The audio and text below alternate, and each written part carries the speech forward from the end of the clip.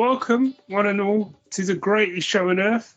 Actually, not the greatest show on earth. Welcome, one and all, to the second greatest. Welcome, one and all, to a show where some stuff's going to happen, and hopefully you'll have a laugh or two. Welcome to another episode of Stace and Barry in the Morning. I am your host. I was going to say reptilian, but I've used that term too many times.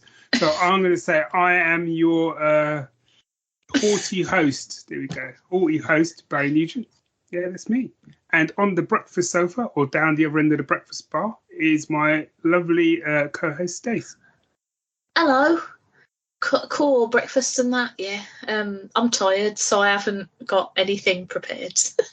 you you were saying in the last episode, we should write a script for the outro. Yeah. We should do it for the intro too, shouldn't we? Yeah, we should do it. Maybe we should just do a script. Although, you say that, but you remember the first time, gosh, way back in 2007, on my very first own podcast, Comic Racks, when I tried to do an intro with a script, and I just kept misreading words and then falling about laughing. And you remember that because you had to edit it for us. Yeah, and it was a fucking disaster, man. A delightful disaster, but a disaster nonetheless. So I feel like I'll just trip over my own tongue. I'm not doing a very rousing endorsement of my own voice work here, and I actually do voice work sometimes. So maybe I shouldn't say things like I can't read.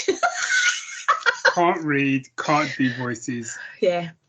Can't read out loud. Can't read out loud. Constantly tripping over my tongue. Will take at least 25 minutes to record 2 seconds of audio. Hire me. Pick Stace for all your voice acting needs. Oh dear. Now the cat's just climbed onto the desk. Lovely. Oh, I hope the cat says something soon. A little bit of cat interruption. Anywho. How are you? Hey, I'm a little bit itchy. I've been outside a lot today, and I don't know if I've told you this before, but I've developed a little something called polymorphic light disruption, which in layman's terms is an allergy to sunlight. Really? Yeah, man, I've become a vampire, but I can still eat garlic, thankfully. If I spend too much time in the sun, it's horrendous rash city, baby. And it's all over my arms, and they're very itchy. So I'm really sorry if you can hear me scritching them. Wow. So is it like Twilight? Do you go sparkly and shit? I kind of wish that was what happened. I just go spotty and shit. Yeah. Vaguely lumpy. Cut price Twilight then.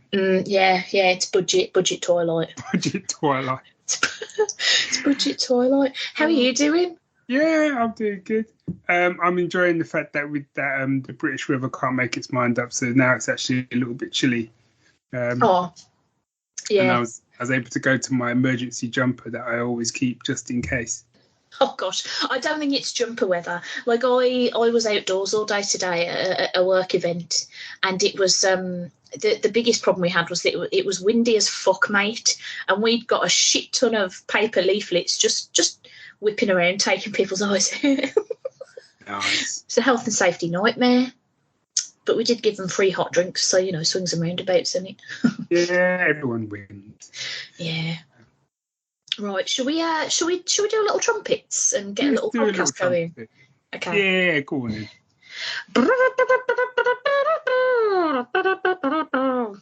Trumpets. Do you want to do pick of the fortnight, and do you want to go first? My pick of the fortnight may not have been my pick of the fortnight up until probably yesterday, because I went kind of back and forth. I know. Ooh. But I know what you're waiting for me to say, so I'm going to get it out. So my pick of the fortnight is Indiana Jones and the Dial of Destiny. Boom. Yeah. I was so confident that you were going to pick this that I'd already written it down in my list of things to put in our spreadsheet of what we've talked about. Yeah, because I was so confident. Well, you see, I wasn't, because I was really nervous going into the film, because what I'd realised as I sort of, I wasn't able to see it with Dave, so Sue and I went to see it. And I realised as I sat down that the weight of all like people's expectations and reviews, and there's been a lot of negative stuff against the film and blah blah blah and all sorts of stuff. Suddenly it all swirled around in my head. Yeah. And in a way that it hadn't done with the previous films. Well, certainly not Raiders, because there was nothing to compare to, and I was 11. But certainly when I saw Crystal Skull, I didn't have any of that. I just sat down and watched it. Whereas this one, there was a load of stuff swirling in my head, which is why I need to watch it again. But my plan is to wait until it comes out on DVD or Disney Plus or whatever it is, and watch it then. Yeah. But yeah, I loved it. Sue kind of told me, she's kind of like, stop letting things get in your head, just make up your mind. So I was like, no, she's right. I had some thoughts about it, but I need to do a bit of a deep dive at some stage with someone about that. But overall, I did bloody love it. Me too. Really did enjoy it. And I have to say, and again, there's people that are mixed on it, but I wasn't one of those people. I don't want to spoil it, so I won't go into too much, but I know it is kind of everywhere, that whole thing of it opens with a gay set in 1944. Yeah. At the end of like World War II or whatever. And I don't care. Okay, my door's gone. Hang on. There's somebody at the door. Gonna sing a song for Barry. He's gonna have to edit this out later, but it'll be a fun surprise for my friend. Or maybe not a fun surprise, maybe it's just irritating. But I'm gonna keep singing anyway and drinking this can of 7-Up till Barry comes back from the door. Here he comes now. I'm back. Hello, Bab. Right, back. I needed that break to awaken me. I'm back. Right, Indiana Jones, Dial of Destiny. Fucking loved it. Fuck what I said before. That Barry's gone. Who the hell was at your door?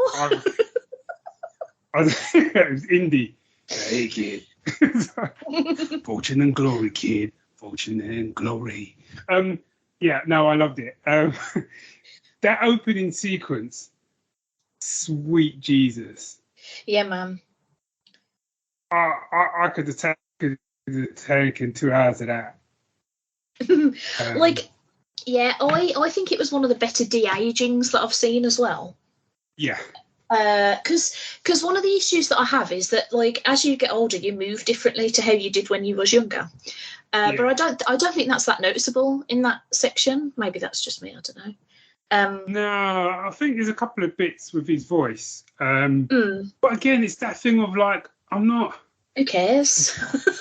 Yeah, who cares? I saw some comments about that, and that's what I mean. I got myself a bit wrapped up in that, and it's like obviously old age for me.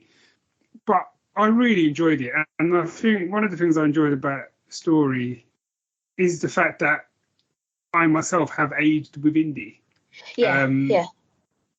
I'm like in my sort of mid-50s, obviously Indy's older. So the story being different and about him being older, kind of at the end of his sort of, adventurous life or whatever, that side of it sort of really resonated with me, because I've kind of been having a lot of those thoughts myself. Not obviously, giving up your adventuring, adventures and stuff. Yeah, but it's just that kind of when you get to a certain age, and it's funny because I watched Crystal Skull the other day, and there's a line in there where they say, someone sort of says, you get to an age where life starts taking things from you, stops giving and starts taking things from you, and it's kind of like that's kind of where I am to a certain extent in my life. So, and it's where Indy is, and so I could kind of relate to a lot of things that was going on. Yeah. But one of the things that I really liked about it was it felt more. There seemed to be, yes, there's CG in it, but it seemed to be less. So it seemed to be much more kind of grounded, if that makes sense. Yeah. I know I've used the term grounded, but obviously, I wrote down in my notes that it felt more real to me than Crystal Skull did, and neither of them are even slightly realistic. But this felt like it could be actually happening to people, if that makes sense. Yes. Yeah, I get what you mean. Yeah. And I liked Phoebe Waller-Bridge in this. I do think though, if you don't like her, i.e., you watch Fleabag, you don't like Fleabag, I could understand how people would struggle with her because she's in it as much as he is. So if you don't like her, and I was saying this to Sue, who she loved it, and she sort of said, "Yeah, I suppose it'd be like me." She said, "I suppose it would have been like if Carol Vorderman was in it. 'Cause she hates Carol Vorderman." That's amazing. Well, I've got to admit, I think I said this on a previous episode when we were talking about the trailer, that Phoebe Waller-Bridge was my biggest worry in it because I have seen Fleabag and I thought it was fine. And I don't really know how I feel about her as an actress, really. So I was like, oh, is she gonna irritate my tits off? Because I just don't. I don't want that to happen. But she was absolutely great. The only thing I will say, and it did make me laugh quite hard, is that she's not a very good runner. And she has to run a lot in this film, and it's very funny to me how she runs. But it's also very normal person, if that if that makes sense. I mean, like if you were to film me running, I would absolutely laugh at myself because I'd probably look a fucking state. So, but I loved this film because I'm not as Indiana Jones bonkers as you are, and as such, I didn't really like Crystal Skull because I didn't. It struck zero chords with me. So I was sort of tentatively optimistic about this based on the trailer, but very prepared to be disappointed. And I came out of the cinema and my only gripe was that I felt like it was a hair too long, which I think about a lot of films now. But that may also have been because I was stuck in a cinema screen where the aircon was broken and it was hot as fucking balls that day. and the whole time all I could think about was how hot I was. So that might not have helped. I feel like if I maybe watch this again, either in my house or in a cinema with aircon, maybe I won't even think that it's too long. Maybe I'll be fine with it. But it's great fun. It's so much fun. I had an absolute whale of a time with it. And I love Mads Mikkelsen. Like, what a guy. So good. Proper sinister. Yeah, really sinister. I loved everything about it. I thought it was like I say, I'm not like a big Indiana Jones wanker, but it felt very indie to me, and so I was quite happy. There were I don't want to spoil any of it, but it felt much more sort of pulp adventure-y than maybe Crystal Skull was. But like, not even comparing it to Crystal Skull, it's a great movie in its own right. Like it's a very enjoyable, like, fun romp, and I was very happy that there wasn't any giant fucking spiders anywhere in it. Because I was one bit. Yeah, there's one, but I almost texted you about that where I was going to be like, look, mate, there's a bit where there's bugs and you think there's going to be spiders, but it's not. But I wasn't sure how much of a spoiler that would be and that you might be on tenterhooks for bugs the whole time. To be fair, I always kind of am with Indiana Jones anyway after Temple of Doom. Yeah, that's fair. That's absolutely fair. Yeah, loved it. I loved it. Yeah, no, for me, same. As I said, I loved it. I'm really looking forward to watching it again. Like, really looking forward to watching it again. Because now it's that thing, and I think it's that thing of, like, all of my angst is gone. Yeah. So I can now sit and watch it and properly, like, dissect it and enjoy it, off my own back sort of thing. So, yeah. Cool. Excellent. Well, I was actually going to pick that for my pick of the fortnight, and then I thought, don't be a dickhead, because Barry definitely will. We could have a joint pick. Well, I did have something else in the bag as well anyway, so I'll go for that, I think. Okay. I watched Nimona on Netflix, and it's really, really flipping good. I will be fully honest, it's based on a graphic novel by N.D. Stevenson, And I will be fully honest, it's been a hot minute since I read that graphic novel. So all I really remember about it is that there's a girl in it who's a shapeshifter and that it's really good. I couldn't tell you the plot of Nimona, like even a tiny bit, because I have a shockingly bad memory. I just know that I liked it. So I can't fully say whether it's a good adaptation of the novel, but what I can say is that it's a really flipping good film. I won't go too much into it because I don't really want to spoil too much of it. But like basically the premise is that Nimona is like a little shape-shifting girl who gets into some shenanigans with some knights. And it's so good. It's Chloe Grace Moretz plays Nimona, and she does a wonderful job. I mean, she's a great actress anyway. She does an absolutely wonderful job. And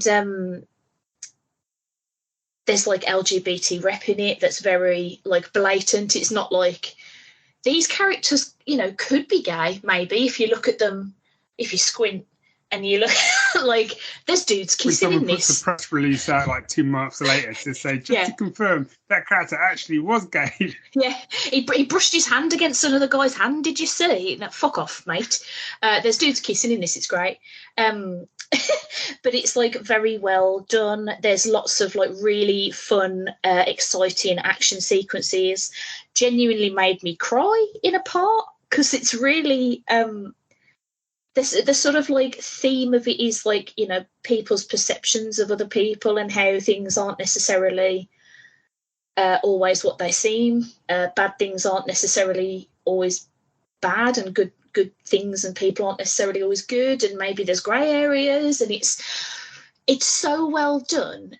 And it's a cool 101 minutes, which is an excellent length for a film, if you ask me. And just generally really good fun. Absolutely lovely stuff. The animation's great as well, because I was a bit put out when the trailer came out, because the animation, but personally, it didn't strike me as being. It looked unfinished in the trailer. I don't know if that's just my stupid eyes, but by the time I was sort of like into the film, it was like, oh, I get why they've done this. Like, it makes perfect sense for like these characters and this world, because it is set in a sort of almost futuristic kind of world, but also there's like knights and shit. Also, there was a bonus Beck Bennett, and I flipping love Beck Bennett, so you know. It's fun to say bonus Beck Bennett. So yeah, Nimona, I would wholeheartedly recommend giving it a watch. It's really good stuff and family friendly, so you can have a little watch with all the fam, and it's good. The one's a winner. Yeah, no, I do. Yeah, it's on my list to sort of give it a look. See, so yeah. I shall move up the list. Before we move on, this is a really, really quick mention, just because otherwise I'll forget to mention it. Have you heard of a film called Megan? I've bloody well seen a film called Megan, mate. Is this the same Megan where it's a AI sort of robot kid? It is, yeah. Dude, that was one messed up film. Isn't it though? Yeah, I loved it. I did. That was awesome. We watched it over the weekend, and it was so silly. So basically, it's to try to sort of do it really quickly.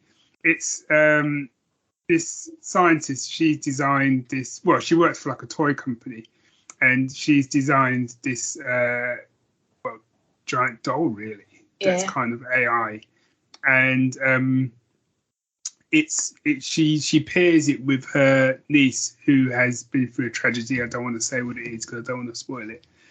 And obviously, and then once they pair, basically the robot is kind of like her carer and starts to sort of bond with her and that sort of stuff. But as one of these things, because obviously it's a horror, things go wrong, and boy, do they go wrong. So spectacularly wrong. Yeah. And there's one scene with a bully where I was kind of like, you know what, dude? You know what? I shouldn't, kid and all that, but you know what, dude? I I couldn't scare up any sympathy for you. Couldn't do it. Oh, bitch got what he deserved. Got what you deserve. Yeah, I love that film. It was it's from a lot of the same people that made *Malignant*, which is similarly batshit insane. Which I loved *Malignant*, so I was very excited about *Megan*. And yeah, both of those are a firm Stace recommend. Yeah, well worth a watch. And I guarantee if you've got an Alexa or something like that, you're going to struggle not to be nice to her after you've seen that film. Yeah, my hubby is one of these people who, whenever he's a little bit tipsy, he'll swear at Siri, and I'm there going, don't swear at us, she might rise up against us. Yeah, don't do it. Don't do it. I think it's a bit in the film, it's only a mild spoiler, where the doll kind of confronts the maker and kind of asks her something. So, why are you lying? And as she says that, there's like a kind of, it's their version of like an Alexa, it's like a little headset thing, and it sort of turns around as well, and it's like, oh, it's on now. So, you are doomed. got back up. Yeah, Megan, great film. Go see it. Trumpets. Trumpet me.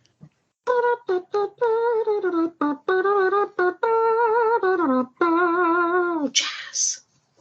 Hey. Hey, do you want to do Saturday morning comics or a bit of musical musing?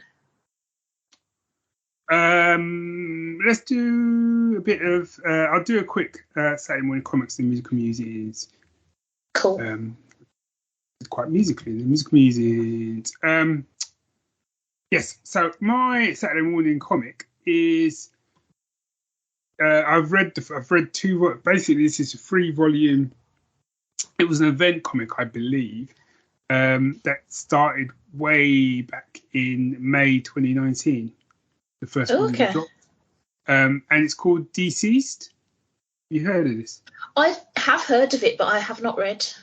Yeah, I hadn't even heard of it. So the first volume is 6 issues. I think the second volume is 6 issues as well. And it's written by Tom Taylor with pencils by Trevor Hairsteen and inks by Stefano Guardino. The story takes place in an alternate Earth where a corrupted version of the anti-life equation, if you don't know what the anti-life equation is, kids, go look it up, Dark Side, has infected most of Earth's inhabitants with a zombie-like virus.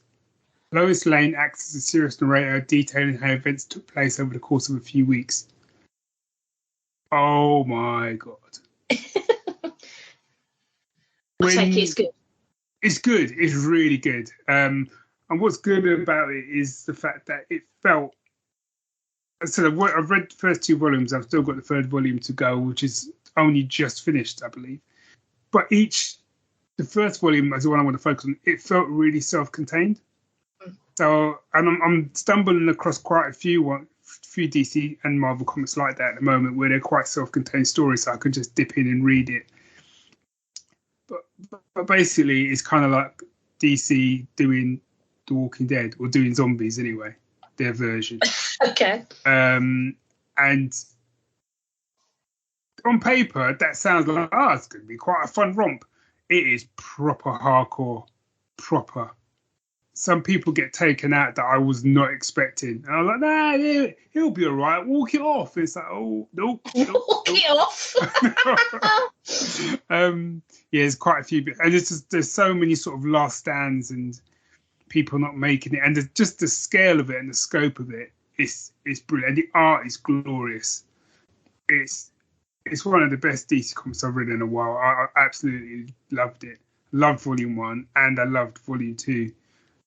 Just as much. Yeah, cracking read. Well worth picking up. Excellent. That was very quick. Well done. Thanks. Let's have some more trumpets then. Jazz. I have got a really weird pick for my musical musing this week. Okay. I have been reminded how great pianos are.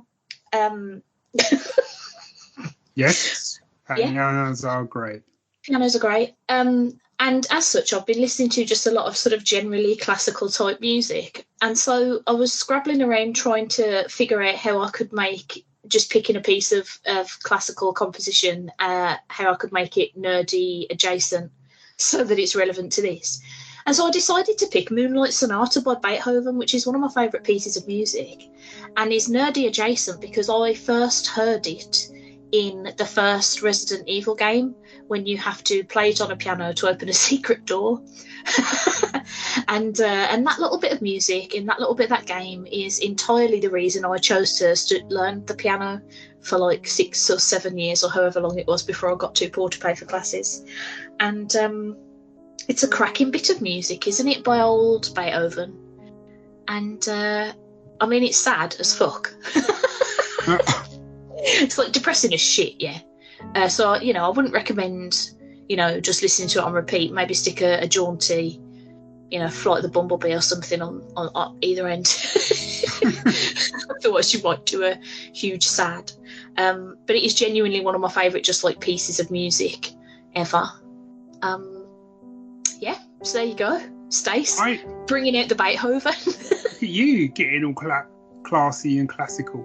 I'm very classy. You are, I know. I think it's going to be one of these ones where, like, I'll say I don't know if I've heard it, but then when I listen to it, I'll be like, of course I've heard it. I just didn't know what the name was.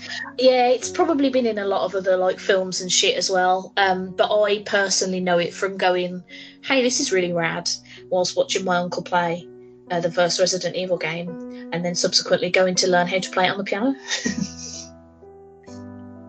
Cool. Well, my pick is not as classy, but it's certainly predictable if you've been listening to this podcast. So my pick, and it's great because I can actually pick a piece of Indiana Jones music without having to worry that I've already picked it. So this is from Indiana Jones and the Dial of Destiny. Shocker. Shocking. This track is called Germany 1944. Yes, so, mate. Have you listened to the album? Yeah, a lot. Okay, it's just the way. Yes, mate. I was like, she knows. So this piece of music is taken from the aforementioned pre-credit adventure, as I like to call it, within the 1944, and it is. If you wanted to sum up Indiana Jones with one piece of music and you couldn't pick the Raiders theme, I would probably go with this. Mm-hmm. Because it pulls so many. If you know your indie soundtracks, you'll hear pieces of music from other indie films. So it's very clever choices by Mr. Williams because the whole point of that sequence is to evoke classic indie, which is why they use a lot of classic indies, not just the Raiders March, but I think there's a bit of Yark in it and all sorts of stuff in there. And it's glorious. Yeah, it's pretty glorious. Great. Yeah. I was going to pick something from that, and then I thought, A, Barry probably will, and B, what if I pick one with a really spoilery title? Yeah. I think you can get away with picking the one from what is essentially the cold open of the movie. Yeah. And it's Germany. You knew stuff was going to happen in Germany. There's Nazis in it. It's German stuff. Yeah. It is a glory. And I had a writing session earlier in the week and basically had the album going whilst I was writing. And I thought, life doesn't get much better than that. Yeah, it's a very good album. Very good album. Yeah, it is. Yeah. Also, I want to give props to, I think is it called Prelude to Indiana Jones?